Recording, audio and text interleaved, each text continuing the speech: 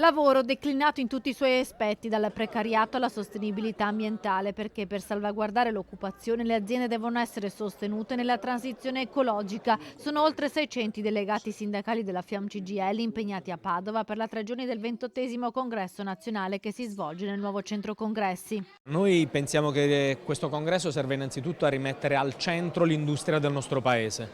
Rimetterla al centro vuol dire investire nella transizione ecologica e nella transizione digitale. Vuol dire avere un piano nazionale, come lo stanno facendo gli Stati Uniti, la Germania, la Francia, per rilanciare il nostro sistema industriale e fare nuova e buona occupazione. La richiesta precisa al governo di sostenere con importanti investimenti le imprese in questo passaggio. Dal Veneto, locomotiva del paese, la riflessione mette al centro il problema del precariato in un momento in cui l'economia è segnata dal conflitto russo-ucraino e dall'innalzamento dei prezzi delle materie prime. In questa fase noi abbiamo un incremento esponenziale anche nell'industria, non crescono i posti di lavoro fissi assolutamente, anzi ne perdiamo perché ci sono anche persone che in qualche modo vanno in pensione, ci sono persone che escono per l'effetto delle dimissioni, ma in realtà trovano lavoro precario, per cui noi abbiamo questo problema anche di perdita delle professionalità e dei contenuti del lavoro che c'è nelle industrie in questa fase. L'apertura dei lavori del Congresso nazionale con il sindaco Sergio Giordani a Padova erano attesi anche molti politici come il leader del Movimento 5 Stelle Giuseppe Conte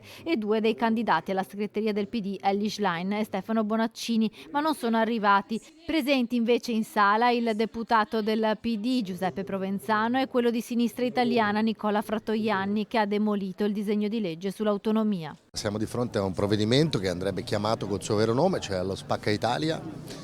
È un provvedimento che rischia di schiantare aree intere del paese e di accentuare, approfondire le diseguaglianze che lo attraversano, che sono già terribili. Noi abbiamo bisogno di ricucire le ferite di un paese in difficoltà e non certo di approfondirle.